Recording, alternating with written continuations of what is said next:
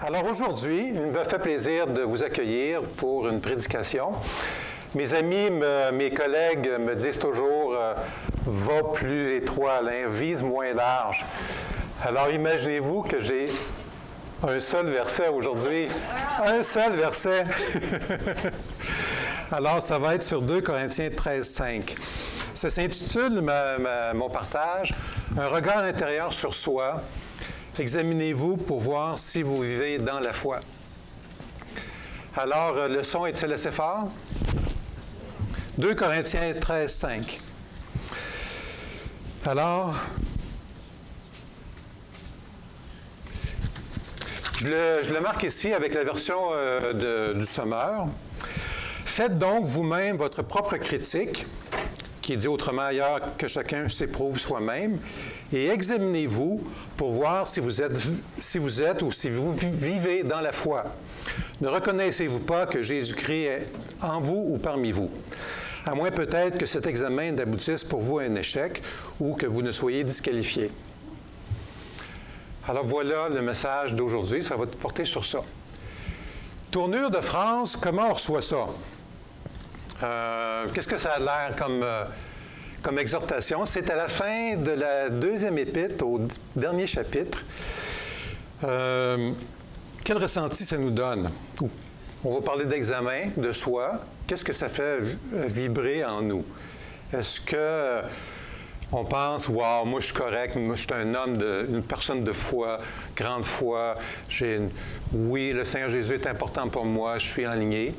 Et puis, bon, j'ai hâte au prochain message. Ou bien, si ça va dire, ouais, je me sens pas bien, puis ça a l'air un petit peu exhortant, correctif. Et puis, qu'est-ce qui va sortir de ça? C'est vrai que dans le contexte de Paul, il y a une petite formulation un petit peu de dimension corrective. Et puis, souvent, il faut comprendre le contexte de la vie de Corinthe, ce qu'on va regarder un peu ce matin, pour essayer d'aller plus large dans beaucoup d'autres situations pour voir comment on peut appliquer ce verset-là. Mais il faut dire que c'est un verset. J'avais 3 dimensions que j'aimerais donner finalement avec d'autres messages. C'est la puissance de l'Évangile qui nous transforme, la fierté dans les faiblesses, que Paul va dire, c'est dans les faiblesses que j'ai de la fierté. Et puis ce verset-là, qui sont pour moi des indices importants pour nos propres vies. S'examiner soi-même, sans rentrer dans une introspection qui est morbide et mauvaise, mais qu'est-ce qu'on peut trouver de ça? Puis je pense que c'est un exercice qui est vraiment important. Puis je veux aussi faire une intégration, même si c'est marqué « examinez-vous pour que vous êtes dans la foi », je pense que le principe de Paul, c'est votre vie et votre foi, comme une intégration des deux. Évaluer votre vie et votre foi pour que les deux soient intégrés. Et ce n'est pas juste l'adhésion à quel système théologique vous adhérez. Alors, est-ce que c'est unique à Paul? La formulation, à part un autre verset, semble un petit peu unique dans le Nouveau Testament, mais il y a quand même des occasions où on le voit ailleurs. Jésus, quand il va parler, regardez, n'essayez pas d'enlever la paille dans l'œil de l'autre en disant « tu ne vois pas, je vais te permettre de voir ». Mais il dit « regarde, enlever ta propre poutre qui t'empêche toi de voir ». C'est définitivement une forme d'évaluation. Jacques va parler « est-ce que vous avez une foi théorique ?» ou bien une foi qui va faire que vous avez de la compassion et de l'amour pour les autres. Si vous n'avez pas ce deuxième volet, votre foi est vraiment incomplète ou est dans le domaine plus du théorique. Puis Pierre va dire, à la foi, que vous devez éprouver, vous ajoutez plein d'autres qualités. Donc, on a vraiment un appel. C'est prouvé. Le petit Robert nous donne quelques définitions. Ce qui permet de juger la valeur les qualités d'une personne, mettre à l'épreuve. Mettre à l'épreuve, comme une fille veut fréquenter un gars, puis qui a l'air très charmant, mais elle veut le mettre à l'épreuve. Vérifier s'il y a-t-il du caractère, y a-t-il des choses en lui qui va tenir la route, par exemple. On va mettre à l'épreuve les autres. Un acte imposé à quelqu'un est destiné à lui conférer une qualité, une dignité, à le classer. Un examen. Examen d'entrée pour un emploi. Examen à l'école. Tu n'as pas étudié beaucoup, tu vas à l'école faire ton examen, puis oups, un échec. C'est ce qui est peut-être très, très rare, mais quand même, ça peut arriver. Un examen. Est-ce qu'on aime les examens? Puis est-ce que Paul le met dans ce sens-là? Sans doute un peu oui, puis sans doute un peu non. Je pense que l'évaluation de Paul est beaucoup plus large que de mettre une note à notre vie. Ta vie.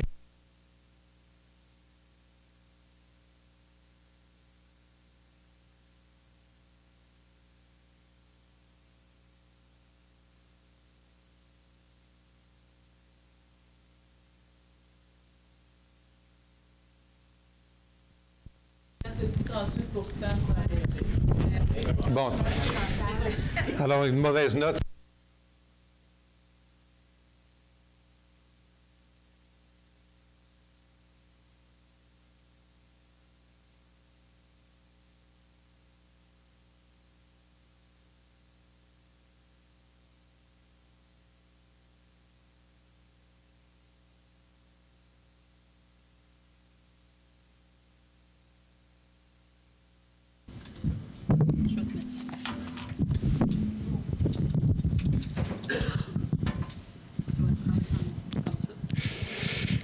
Ben oui, je vais le prendre comme ça. 1, 2, 3, 4, 5, 6. Good. Ah, Daniel, tu es là? OK. Parce que là, Daniel a dit qu'il faut que ce soit enregistré, parce que normalement, elle est peut-être dans la salle à côté. Bon, donc le but, c'est de se situer chacun par rapport à notre vie et notre foi, mais dans un regard honnête sur soi, avec bienveillance dans l'accueil et la relation avec notre Dieu. On veut prendre conscience que ce n'est pas le juge intérieur qui automatiquement prend le dessus. Le juge intérieur qui nous fait sortir de nos hontes, l'honte de ce qu'on est, la honte de ce qu'on fait, on n'est pas assez, on n'est pas adéquat, ou la parole culpabilisante qui nous réduit, qui nous dit « t'en fais pas assez, t'as mal fait, t'as pas assez fait » et tout et tout. Donc, on veut sortir du juge intérieur, et puis c'est certainement pas dans cet esprit-là que Paul l'enseigne, mais on veut pouvoir le faire par l'Esprit. Évidemment, dans l'Épître, c'est vraiment par l'Esprit Saint qui va être un élément fondamental de l'Épître. On passe de la loi à l'Esprit dans notre façon de vivre notre foi, mais avec un certain défi pour ne pas être dans la complaisance, dans la négligence, dans le laisser-faire de l'ordinaire de nos vies. Alors, donc, on veut comprendre cette exhortation d'abord dans le contexte de la communauté de Corinthe et ensuite dans nos propres vies. Donc, Corinthe. L'Église de Corinthe, souvent on va lire l'Écriture, puis on a quelques notions, mais pas tant que ça sur cette Église. Et puis, comme souvent les écrits de Paul, en tout cas certainement pour les Corinthiens, ça a été très circonstanciel. Il est en train d'édifier une Église. On a besoin d'avoir quelques éléments qui nous permettent de comprendre. D'abord, c'était une Église qui avait un arrière-plan surtout païen. Qui était, évidemment, c'est en Grèce. Ils font de l'idolâtrie, ils ont la prostitution sacrée. Ils n'ont pas l'arrière-plan juif avec ce qu'on peut comprendre aussi de l'éthique juive. Oui, ils ont des philosophes qui les ont influencés, mais la population est très loin des philosophes dans l'effet de leur vie, et c'est laissé un petit peu comme... on parlait des peuples gentils, souvent il y avait ce mot-là, les peuples gentils, païens, des nations, mais qui n'ont pas l'arrière-plan de la foi en un Dieu unique et l'éthique souvent qui va avec. Deuxièmement, c'est une communauté qui est assez petite. Murphy O'Connor, un auteur qui a fait beaucoup d'études sur Paul, avec certaines recherches, établissait qu'il y avait peut-être une 50aine d'adultes. On n'est pas dans une méga-église, on n'est pas dans des églises de paroisse où tous les gens de la paroisse viennent. On est dans les débuts de l'Église. Et troisièmement, ce qui est assez particulier, ça fait seulement 6 années, moins de 6 années que l'Église est fondée. Fait qu'imaginez une église d'arrière-plan païen, pas beaucoup de connaissances du judaïsme, et une nouvelle de 6 ans. C'est jeune. On n'est pas dans la grande maturité. Et puis, ça fait peut-être moins de 25 ans que le Christ est ressuscité. On est au tout début de l'histoire de l'Église. Ça aussi, tu n'as pas beaucoup d'arrière-plan, de propagation et tout. Et pourtant, Paul va quand même avoir des exhortations assez demandantes d'évoluer sa foi. C'est comme si, quand tu viens devant le Christ, il y a un appel, et puis il y a une part à prendre en compte, et tu dois prendre le temps d'évaluer ce que ça donne dans ta vie. Le lien avec Paul, Paul a fait la première visite, d'abord pour fonder l'Église, il en a fait une courte par la suite. Il a envoyé ses émissaires ou ses collègues Timothée, d'une part, ensuite Tite. Donc, on parle de 4 visites. Il y a eu 3 lettres avant celle-ci. Donc, peut-être une lettre, un émissaire par année, quelque part. Donc, c'est un investissement qui n'est pas énorme. Donc, on garde ça en compte que comment l'Église est nouvelle dans sa structure, sa connaissance de l'Évangile et tout. Il y a des tiers qui sont venus s'imposer sur l'Église. C'est vraiment, on le voit dans les 2 épîtres, mais particulièrement dans la 2e épître de Corinthiens. Paul combat des tiers qui sont des faux apôtres. Mais qui sont-ils? Est-ce que ce sont des athées virulents qui veulent empêcher l'Église de croire? Non. Est-ce que ce sont des agnostiques, ça a été proposé, qui étaient vraiment dans un champ autre que le champ judéo-chrétien? Il semble que non. C'est vraiment, ça risque d'être des gens qui se disaient, comme, étant donné qu'ils se disent hébreux et de Christ, ils le disent, ils ont un arrière-plan d'Église. C'est qu'ils peuvent avoir été influencés par l'Église, la communauté messianique, et puis qui vont venir affecter. Et puis Paul, il va mettre beaucoup en disant, vous vous faites avoir, vous vous faites influencer, puis ça va être un élément majeur. Comme si des jeunes croyants, comme si Paul était un petit peu en colère, en tout cas d'une certaine façon, en disant, comment vous êtes des jeunes croyants, peu importe, vous vous faites influencer, puis vous ne devriez pas. C'est un appel vraiment à la prise en charge personnelle qui est assez incroyable. Donc Paul a eu un conflit qu'on pourrait prendre. C'est assez long à expliquer, là. Ça a été même long à comprendre, souvent, le conflit, parce que Paul ne l'explique pas en détail, tu es obligé de le voir, mais il y a un conflit avec d'abord certaines personnes qui, à un moment donné, un certain groupe de l'Église qui se sont corrigés, puis qui ont décidé de reprendre à nouveau pour Paul, puis le défendre, mais il restait encore des personnes qui influençaient dans l'Église, ce qui fait qu'on est à la fin de la 2e épître de Corinthiens, où on voit encore Paul qui tente de corriger. Donc, qu'est-ce que c'est l'examen de foi pour les Corinthiens? Est-ce que les Corinthiens peuvent-ils être matures? Ce serait quoi pour être mature dans leur cas? Peuvent-ils être déjà matures comme personne, étant donné la jeunesse de l'Église? D'abord, ce serait quoi être mature? C'est d'acquérir une perspective nouvelle sur Dieu, sur le Christ, sur l'Esprit Saint, le message de l'Évangile, et le fait que ça appelle nos vies. On n'est pas neutre en disant, c'est pas juste une information, ça appelle nos vies. Ce qui est déjà beaucoup, puis on n'est pas transformé instantanément comme ça. Deuxièmement, c'est prendre le temps d'expérimenter une vie nouvelle. Si on n'apprend pas à recevoir le sens de la foi, la grâce de Dieu, puis l'impact sur nous, le plein accueil de nos âmes, le plein accueil de notre personne, le fait que Dieu est réconcilié avec nous. Si on n'est pas capable ça prend du temps à recevoir, puis à être fondé dans le fait de l'amour de Dieu. Il y a un auteur qui disait que, dans le fond, l'essentiel de notre vie, c'est de découvrir l'amour de Dieu pour nous. Alors, ce n'est pas une affaire que tu as une fois pour toutes, puis que tu as, mais c'est un essentiel à obtenir. Et puis, troisièmement, on est transformé par la conversion du cœur. Pas la conversion de la tête, la conversion du cœur, dans laquelle il y a une joie, puis un désir qui naît de tout ça. Donc, l'examen... Il y a 4 facteurs qui vont influencer les Corinthiens, puis qui peuvent nous aider à pouvoir nous situer éventuellement nous-mêmes pour notre propre examen.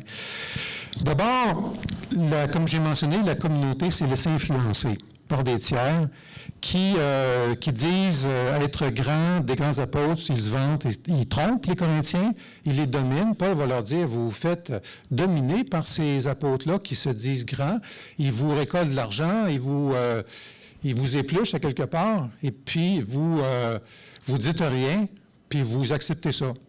Alors, c'est un premier pas, puis on va le voir dans plusieurs autres épîtres, où quand Jésus va dire qu'il vient pas pour amener la paix, mais l'épée, il y a une certaine prise en charge soi-même, puis de faire attention de qu'est-ce qui nous influence. Dans ce cas-ci, c'était des gens qui venaient possiblement du parti des pharisiens de l'Église de Jérusalem. On les a vus dans Acte 15, qui s'opposaient un petit peu à Paul et Barnabas, mais qui pouvaient encore essayer d'amener une lecture messianique, mais très orientée vers Moïse, vers la loi. Alors que Paul, il dit, il y a quelque chose de tellement nouveau qui s'est passé. On n'est plus sous l'évaluation de la loi qui dit, oui, tu es coupable ou tu n'es pas coupable, tu vas être condamné ou tu vas être béni, mais dans un rapport de l'esprit qui vient transformer nos cœurs parce qu'il y a une foi fondamentale qui vient, il y a un accueil qui nous est donné de Dieu et qu'on s'approprie, qui nous donne une liberté, une façon d'être qui est nouvelle. Alors, qu'est-ce qui va influer? Pour Paul, pour les Corinthiens, c'est vous vous laissez influencer et c'est vraiment dommage, puis vous devez vous réajuster à ce niveau-là. Il faisait la même chose avec les Galates, en disant comment vous vous laissez influencer tellement par des tiers qui viennent vous dominer. Puis on ne pourrait pas dire, c'est pas, laisse-toi pas dominer par les athées, puis soyez pleinement confiants de tout ce qui vient de l'Église, parce que même ici, il y avait, c'était pas encore clair pour l'ensemble de l'Église comment voir la foi puis se situer. Et puis, ça reste encore, chacun est responsable d'aller chercher les bonnes influences. Et c'est un élément qui ressort de l'Épître. Deuxièmement, négliger de réellement connaître Paul et son message. Paul, il dit, écoute, c'est incroyable, il dit, j'étais d'une grande intégrité. Il a travaillé avec beaucoup d'intégrité. Il a eu un travail acharné. Imaginez une petite communauté de 50 personnes, tous les voyages qu'il a fait à pied, en bateau. J'imagine qu'il n'y avait pas un carrosse avec 4 chevaux qui le traînaient pour Paul. Il n'y avait pas les moyens de faire ça. C'était du travail. Se déplacer, faire face aux bandits, faire face à l'opposition, parce qu'à chaque fois que tu amènes une idée nouvelle dans un milieu qui est assez cohérent, ben ça dérange. Puis si ça dérange, t'en reçois des problèmes. Donc, il a travaillé fort. Il dit qu'il y avait une persévérance, on le voit dans l'Épître, sans faille face à toutes sortes d'obstacles. Donc, il était vraiment, il y avait beaucoup d'engagement, puis il y avait une motivation réelle d'amour. Puis il va dire aux Corinthiens, vous ne connaissez pas, je vous aime. Vous devez comprendre ça. Si vous avez des tiers qui vous menacent, puis qui veulent un peu dominer, puis qui se bavanent de tout leur grand succès, versus quelqu'un d'autre, puis avec mon équipe, qui donne avec amour et puis engagement, essayer de comprendre aussi, de recevoir de moi, Paul, de recevoir de l'amour qu'on a manifesté envers vous et qui vient du Christ. On amène la bonté et l'amour du Christ parmi vous. Donc, c'était le deuxième point qui va mentionner plusieurs places. Puis il va parler, par exemple, que son autorité n'est pas pour édifier et jamais pour détruire. Puis il y a un petit passage pour les biblistes dans Jérémie 1:10, où Jérémie faisait un petit peu la même chose, mais un peu différemment. Jérémie disait, on est venu, il y a un temps pour détruire, ensuite construire. Mais c'est comme si avec le Christ et Paul, on a laissé tomber la destruction, on est là juste pour édifier puis construire, parce qu'on est dans un nouveau régime, le régime de l'Esprit Saint, et puis il y a quelque chose de nouveau qui existe. Ça ne veut pas dire qu'il y a des choix sérieux à faire, mais il y a quand même un but d'édifier. Troisièmement, l'Église avait une recherche d'une fierté mal orientée. Paul, il va parler beaucoup de fierté dans l'Épître. Il va dire, prenez votre fierté dans le Seigneur, c'est-à-dire, si vous répondez vous-même avec intégrité à l'appel que vous sentez de la part de Dieu, puis vous le faites, vous pouvez être fier. Mais même, à la limite, vous pouvez être fier de vos faiblesses, qui fera partie d'un autre message.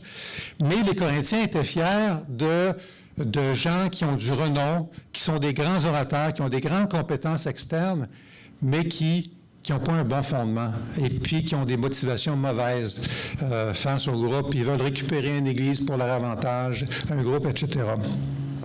Donc, essayer d'avoir une fierté bien orientée, au lieu d'avoir une fierté mal orientée pour les Corinthiens. Tous leurs problèmes de désunité, de critique mutuelle, de division qui sont propres à l'Église de Corinthiens, encore une fois, cette jeune Église de 5-6 ans, bien, ils sont propres au fait qu'ils cherchent cette fierté mal orientée. Si tu as une fierté qui est bien orientée, tu ne causeras pas des divisions. Puis tu dis, écoute, je suis ce que je suis, je laisse l'espace à l'autre ce qu'il est. On apprend à s'aimer, à se connaître puis à partager. Donc, c'était un problème pour l'Église qui devait prendre le temps d'évaluer. Puis le quatrième, c'est qu'ils ont une conduite inappropriée. Sur 3 plans. Ça, c'est comme juste au verset 12, chapitre 12, verset 20. Ils ont une conduite personnelle qui a de l'orgueil, des désordres, des pratiques dégradantes, puis de la débauche et de l'inconduite. Donc, c'est comme s'ils n'ont pas développé leur caractère, leur intégrité. Ils vont choisir le plaisir immédiat, peu importe ce qu'il y en est. Et puis, il n'y a pas ce choix-là de bâtir une vie avec intégrité, avec vision. Il y a, au niveau des relations, bien, comme je l'ai mentionné, il y a de la discorde, des jalousies, de la colère, des rivalités, des médisances, des commérages. Et puis au niveau, évidemment, sont insensibles les uns aux autres, une certaine imposition les uns sur les autres. Ce qu'ils ont appris des tiers, bien, ils le reproduisent. Ils vont s'imposer, avoir tendance à s'imposer les uns sur les autres. Et puis, dernièrement, la foi chancelante. Ils ne vont pas comprendre l'appel du Christ au milieu d'eux. C'est pas juste que le Christ est en chacun, mais le Christ est dans la communauté, qui appelle aussi un respect. J'aime beaucoup l'expression qu'on donne aux pèlerins, chacun est une terre sacrée. Pourquoi on dit ça? À cause de Jésus-Christ, qui est venu vers chaque humain pour réélever la valeur de l'humain, puis nous amener à être des humains à l'image de Dieu dans la plénitude. C'est ce qu'on est appelés tous, à être des humains à l'image de Dieu dans la plénitude. Puis c'est l'arrière-plan de cette foi. Donc, comprendre cela, puis s'arrêter pour que ça fasse sens pour nous. Savoir aimer le plus pauvre, le moins mature parmi nous. Et ça, c'est ça d'être en Christ puis d'avoir Christ parmi nous. Alors, qu'est-ce que ça veut dire pour nous?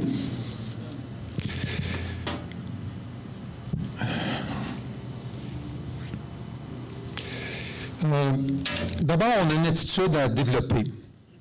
Sans le juge intérieur, comme je disais, qui culpabilise et élève la honte, puis en psychologie, ou en tout cas dans le psychospirituel, on essaie toujours d'adresser ça, le juge intérieur. Les premières pensées qui viennent pour se critiquer, dire qu'on n'est pas à la hauteur, pas assez performant.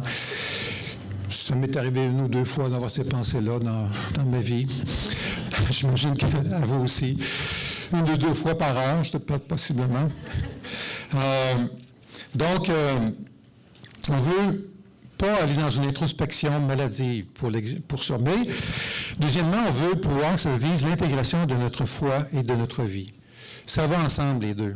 Si la foi ne vient pas affecter vraiment ma vie, et si ma vie n'est pas transformée par la foi, on a une relecture, une relecture. Sans se condamner, on a une relecture à faire pour que ça puisse être positif pour nous. La foi intérieure devrait produire un fruit extérieur, dont, avec la paix intérieure et la joie intérieure, mais ça ne doit pas être une conformité à une foi externe. Des activités, adhérer intellectuellement à un système de doctrine ou quoi que ce soit. Ça doit être une transformation intérieure. À ce niveau-là, on peut se rappeler 4 niveaux de foi. J'ai beaucoup aimé une conférence, puis je vais juste nommer. On peut être dans la non-foi, absence de foi. On peut être dans une foi qui est institutionnelle, hautement structurée et orientée vers l'extérieur. Le début de notre conversion, souvent, de notre retour à Jésus-Christ, c'est tout est clair, tout est OK, tout est parfait, on comprend tout, tout nous est donné, on est en sécurité. Et puis, finalement, on finit par se mettre des règles. Puis, les premières fois que tu te convertis, tu mets des règles sur les autres assez facilement. On est dans ce domaine-là. Puis, on peut rester longtemps là, mais il arrive la 3e étape, c'est le désert de la foi. Ça ne marche plus. Là, il y a un problème dans notre foi et dans notre vie. Et puis, c'est normal de vivre ce désert-là, à un moment donné, en disant, coudonc, je suis encore croyant, qu'est-ce qui se passe? Tu vas avoir des questions importantes. Et puis tu arrives dans la 4e, la fois plus mature, où tu adores un Dieu plus grand que ce que j'en comprends. Adorer un Dieu qui est plus grand que ce que j'en comprends, mais qui est digne de confiance. Donc, troisièmement, ici, avoir le courage d'affronter nos propres complaisances, notre réalité avec son bon et son moins bon. Et puis, ça va demander des efforts. Puis là, je reprends les 4 points qu'on a vus pour l'Église de Corinthe. Qui est-ce qui m'influence? Est-ce que j'ai la pression de tiers? J'ai des convoitises qui me sont garrochées, ce qui est populaire, ou toutes sortes de choses comme ça. Donc, j'ai un travail à faire pour voir, OK, je dois me questionner sur qu'est-ce qui m'influence. Est-ce que la question est facile? La question n'est pas facile. On n'avance pas tellement dans la vie si tout est facile. Ce qui est facile, c'est facile, mais si on est appelé à être pleinement ce qu'on est, on a avantage à pouvoir adresser des questions qui sont plus difficiles. Qu'est-ce qui m'influence? Deuxièmement, est-ce que je reçois de façon concrète de ma foi et de ceux qui veulent vraiment de mon bien? Comme Paul. Est-ce qu'il y a des personnes qui m'influencent, qui veulent vraiment mon bien? Est-ce que je reçois de ma foi? Est-ce que c'est quelque chose que je cultive, qui était le besoin des Corinthiens? Même s'il y avait eu d'excellents départs, finalement, c'est encore un besoin pour eux, et pour nous aussi. Troisièmement, avons-nous une saine vision pour nous-mêmes? Une fierté bien orientée.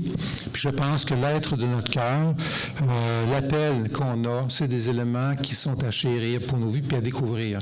Quand on fait de l'accompagnement spirituel, on vise ça, on vise à pouvoir permettre d'explorer pour que l'être du cœur, l'appel personnel puisse ressortir. Puis c'est vrai pour nous tous en Église. Et quatrièmement, pouvons-nous objectivement regarder si nos fruits sont bons? Est-ce que mon caractère grandit? Est-ce que ma capacité relationnelle aux autres grandit en compétence? Quand je suis mauvais en relation puis que je me choque ou je suis méchant ou quoi que ce soit, est-ce que j'en prends conscience pour y ajuster? Et puis, est-ce que ma foi, troisièmement, prend du sens, où je me sens aimé, désiré et avec un riche appel que Dieu m'a accordé comme humain? Et puis, je termine, je pense. Il va rester un petit processus, mais de prendre le mode d'apprentissage et non le mode d'évaluation statique. Quand j'ai parlé du juge intérieur, souvent, on se met une note, on se met une évaluation, bon, pas bon, excellent. Mais si je suis dans le mode statique de mettre des notes, je manque le coup. Ça ne change rien. Tu peux te retrouver très bon, puis tu vas arrêter d'avancer, ou tu te retrouves très mauvais, puis tu vas arrêter d'avancer aussi parce que c'est décourageant. C'est le mode d'apprentissage qu'on est appelé à avoir, parce qu'on est accueilli, on a de la bienveillance, on s'approprie soi-même. L'Évangile est d'abord nous donner la bienveillance de Dieu à notre égard. On s'approprie cette bienveillance-là, et puis on est dans un mode d'apprentissage. Tu vois que tu as fauté, tu vois qu'il te manque quelque chose, tu ne paniques pas. Tu dis, OK, je reprends, je suis dans le mode de croissance, j'accueille, je le dis simplement. Et puis, juste avouer des petits trucs du quotidien, ça fait une différence. Quand je suis de temps en temps dans ma caverne, je suis un introverti, puis ça m'arrive d'avoir des journées où je suis très avenant, j'ai le goût de jaser, puis tout ça, puis j'ai des journées où je suis vraiment dans ma caverne. Mais le fait de le nommer à mon épouse, particulièrement, qui subit ma caverne, puis de dire, OK, je suis dans ma caverne, là, il y a ci, puis il y a ça. Je n'ai pas besoin de faire tout un dessin, mais au moins de le confesser, fait partie du bon processus pour se relever et prendre le bon chemin d'apprentissage. Donc, petit processus à se rappeler, qui est un peu le sommaire de ce qu'on a dit.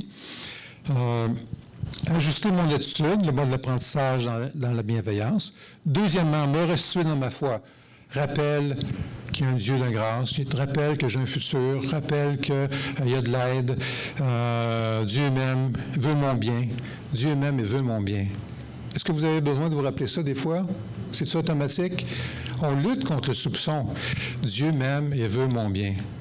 réellement, profondément. Et puis, on a besoin d'intégrer ça pour que ça fasse sens, que ça soit vrai dans nos cœurs. Et puis, c'est un élément. Et qu'il voit plus loin que moi, il m'engage sur un chemin de vie où il va avoir de la sagesse. Pas juste la simplicité, la première chose qui est sur le bord ou un chemin de mort, mais il veut qu'on puisse prendre des chemins de vie et dans lesquels chacun va avoir à discerner. Et troisièmement, je participe et exerce le discernement avec les 4 points. Qu'est-ce qui m'influence, bon ou moins bon? Qu'est-ce qui me rendrait fier de moi, à l'ultime, avoir une vision pour moi, mon être, mon appel? Comment est ma conduite en général ou en spécifique, des fois en spécifique, que ce soit pour moi l'isolement ou laisser les inquiétudes travailler pour moi puis m'empêcher de fonctionner ou de penser que je ne vois pas nécessairement la peine d'être et puis je néglige d'investir dans ce que je pourrais être à mon meilleur. Ça joue. Un des points pour éviter les compensations. Compensation, là, tu t'en vas faire toutes sortes d'affaires que c'est de la perte de temps. Tu brûles du temps. Je ne sais pas si vous pouvez avoir dans vos têtes des choses, là, on brûle du temps. On a eu la caricature du couch. Tu as ça dans le fauteuil, c'en est un autre, mais tu as l'ordinateur, tu as toutes sortes d'affaires. Et puis là, qu'est-ce qui va amener à changer la compensation? Mais c'est la vision pour notre vie. Qu'on vaut vraiment la peine, que notre appel qu'on a, chacun différent, distinct, à découvrir, à mettre de l'avant, il y a de la valeur. Et puis c'est ça qu'on veut faire ressortir. Et puis, quatrièmement, est-ce que je partage mes besoins et demande l'aide à des personnes sécuritaires qui veulent mon bien? La communauté, c'est faite, les relations, c'est important. Il n'y a pas de vie forte sans relation, sans dimension de communauté. Alors, c'était le message.